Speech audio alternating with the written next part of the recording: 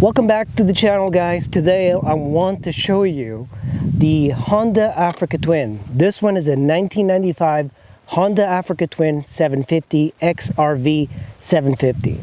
This is a bike I've always wanted. I love the way it looks. I love the colors. I like the 80s styling with the colors, even though it's a 90s bike.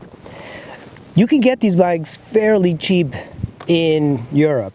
Of course, they did not bring this bike into the United States. This has been a European bike and for the longest time. And you know, it's been a problem because these have been climbing up in value recently, and for good reason. The Africa Twin, of course, started out at a 650.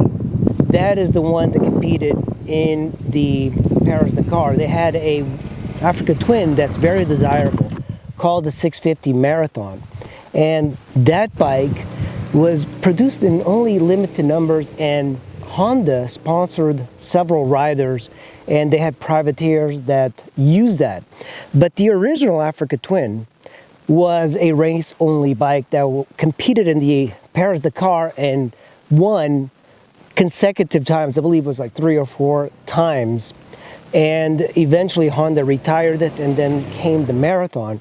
The Marathon is a very limited Africa Twin, and the prices of those very difficult to get. I think a lot of guys are coming from the United States, buying the Marathons and shipping them to the United States because they have quite a bit of value.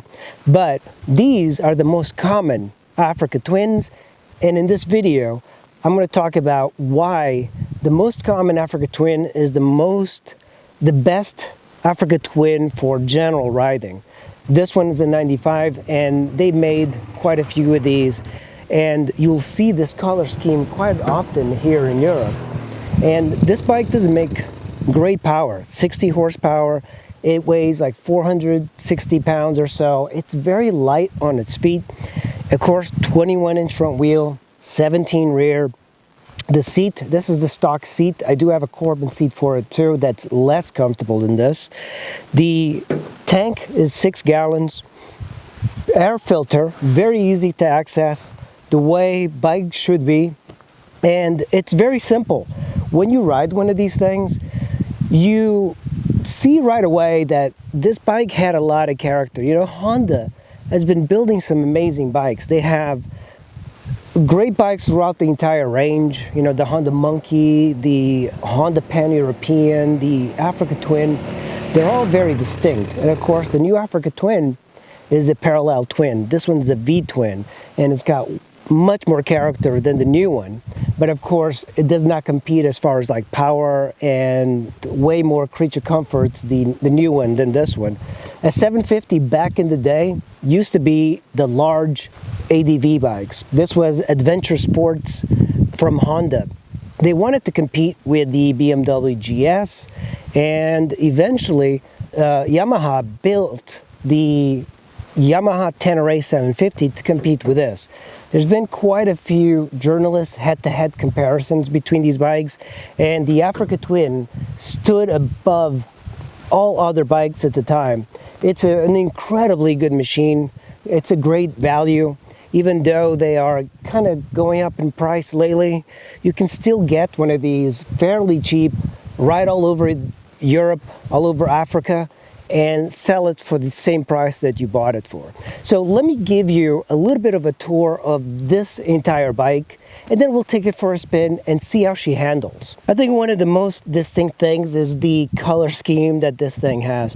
It just feels like it belongs in the Paris-Dakar. Even when standing still, it turns heads everywhere. It's got a full power exhaust. It sounds great. It's got this to protect yourself and your passenger from getting burned. This does get very hot. And I do find like I drape my panniers, soft panniers here, but it gets so hot that at one point it melted the panniers. A disc rotor caliper. The caliper is from Nissan. The arm is a pretty decent aluminum. Even the welds are well done. The way you adjust the chain, it uses this kind of twisting effect. You know, this is the first bike I've ever had that has this sort of adjustment. I prefer the other ones, honestly, but this works very well. You just kind of like loosen it and then twist both, and there's numbers here where you can adjust it so you can balance it out. Rear, you have a 17-inch tire, and there's plenty of choices for rear tires. This one is a Metzler Torrance tire, very popular in Europe. So this is still a very old school taillight. You can see I have quite a bit of dirt. Take two things out. One of the things I might do with this is put in LED bulbs just so it doesn't have any issue. And then I did put LED blinkers, and that works pretty darn well. And the blinkers that come on the Africa Twin, the original, are these really long stalks with large square blinkers, which I kind of like. I was thinking about maybe just keeping it all and restoring it properly, but these are much cheaper, and of course they use less power. And that's one thing you're going to find out about this Africa Twin, is that it does have some electrical issues. All Africa Twins from this era have some electrical gremlins.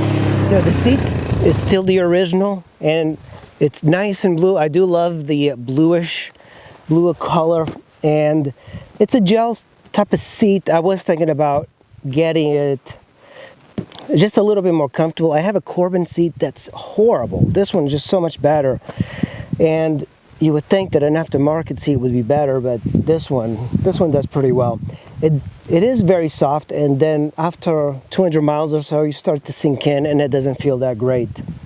We do have very nice grab rails here, so your passenger or your luggage can be tied in there. The thing I appreciate about bikes is having something really sturdy, because putting it on a center stand and just kind of moving it around, if you want to make a U-turn or something, it kind of helps the maneuver. The left side, of course, you have your chain, you have your sprocket. I wish it was a shaft drive. Actually, strangely enough, they did make a XRV 750F that had a shaft drive. It's very rare. It didn't do too well, and it wasn't very popular.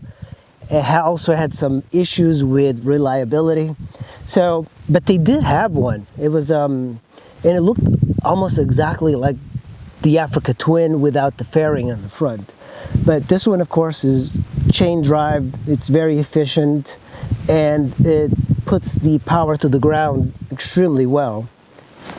You have a big 750, and of course it's kind of dirty. That's where the key is, to remove the seat and remove this. Two bolts, one here, the other one there. This kind of pops out, and behind here are various electronic things, including the rectifier.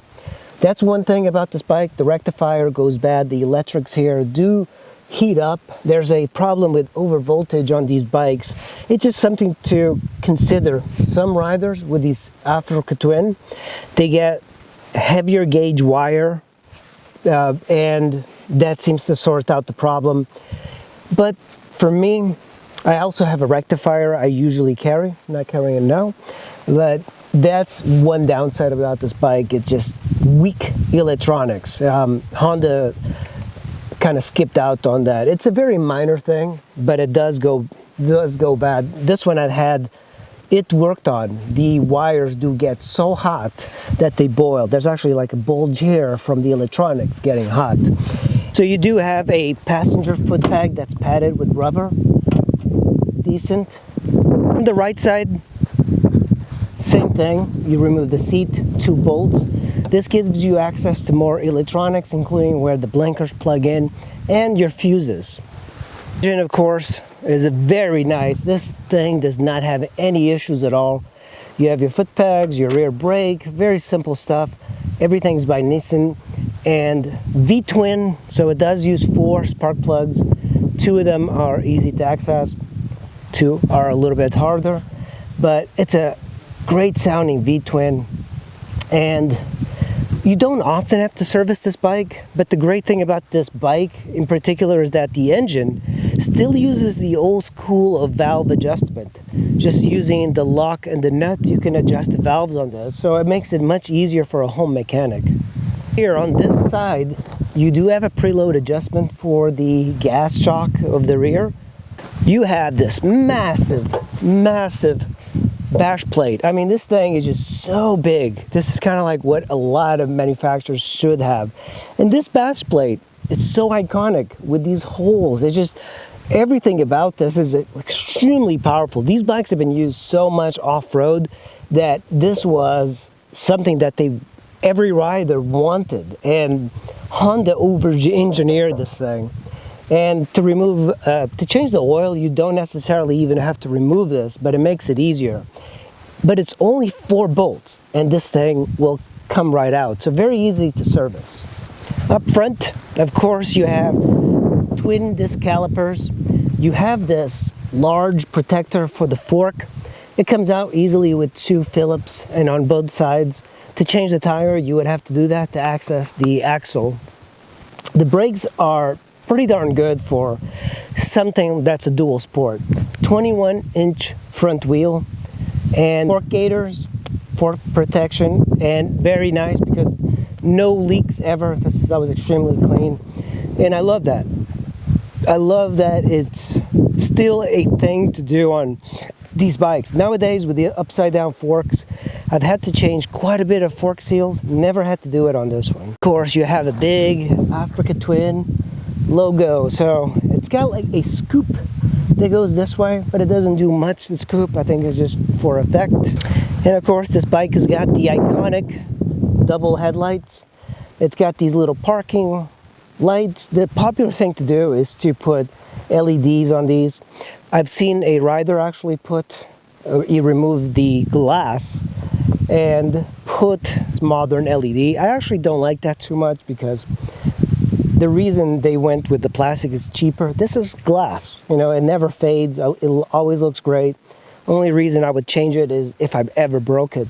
But for me, I'll put in LED bulbs and that'll be the best thing because I want to keep it nice and stock looking. It came with hand guards stock from the factory. So here is one of the downsides of this bike. The fuel pump is actually on the outside. That might actually seem like it's a good idea, but these pumps go bad for some reason. And this is my second one. It left me stranded in Cannes, France at one point. Here's the petcock. It's a really long petcock. Sometimes you could have some leakage from there, but I never had that. And of course, it's got a reserve. And another thing that people say is that the counter shaft sprocket, not the sprocket, but what turns the sprocket, tends to be weak, a weak point that could break if something happens to the chain. And it doesn't have that many weak points, but those are some of the few that it does have. This bike does have a annoying gas cap. You have to do this, open it up, and then put it somewhere, something that Honda does on a lot of bikes, which annoys me. On this left side, of course, you have your clutch, you have your high beams and a park button or turn it off. Then you have a high beam button. You also have a passing button here, your turn signals and your horn, and you have a choke right about here. So I do kind of like that. I wonder why they did that, and it's made out of plastic, so I kind of wish Honda put a little metal one here. But passing button, everything about it is very convenient, very easy to adjust.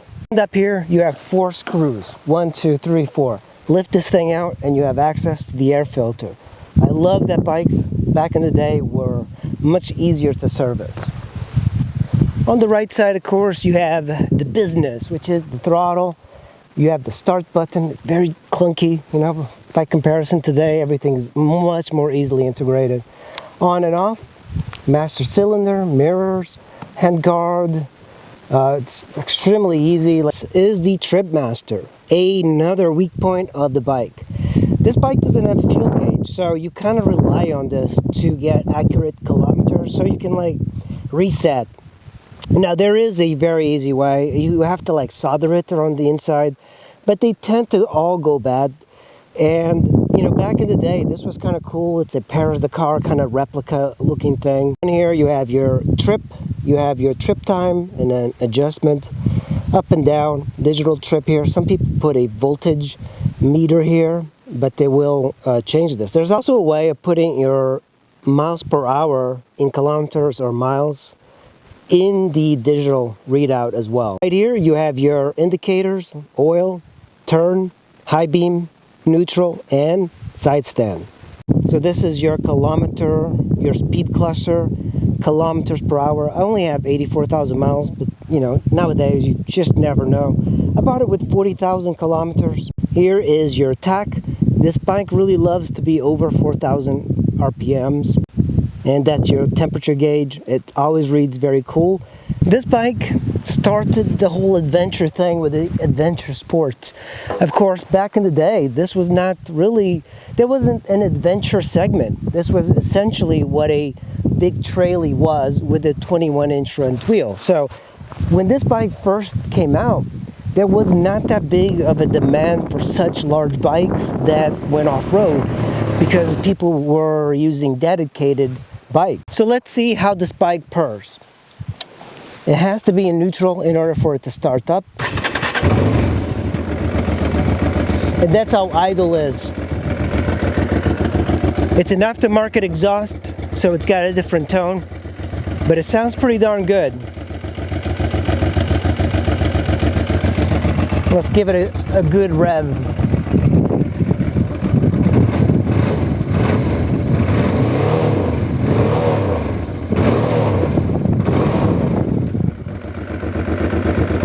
Not bad. It is time to take this bike out for a ride and see how she does.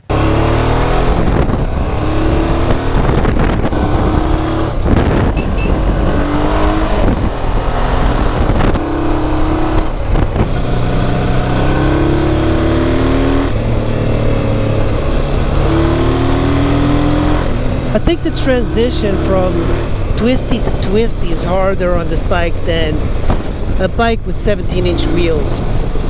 Even 19-inch wheels are better.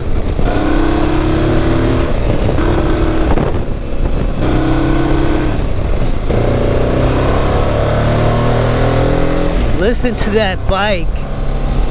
My lord, it sounds so good.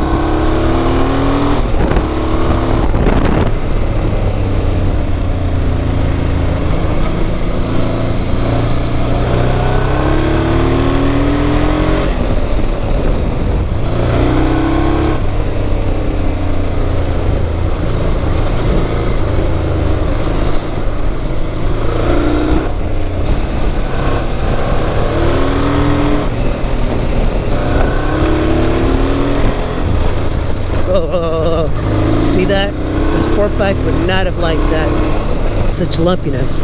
Yeah, this lumpiness could send a sport bike off into a ravine here because you can lose control, but because of the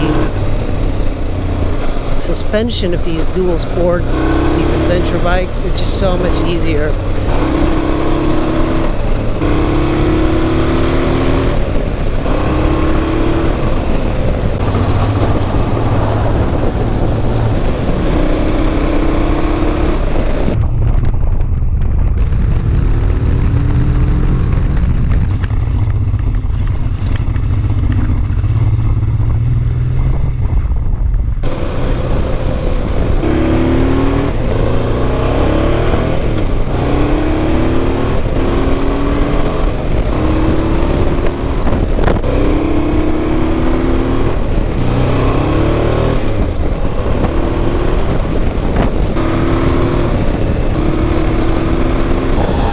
This bike gets similar gas mileage to a small car, which is, it's kind of ridiculous.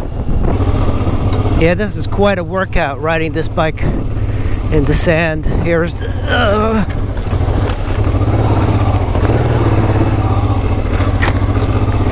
that was almost a spin out. The deep sand right here. Whew.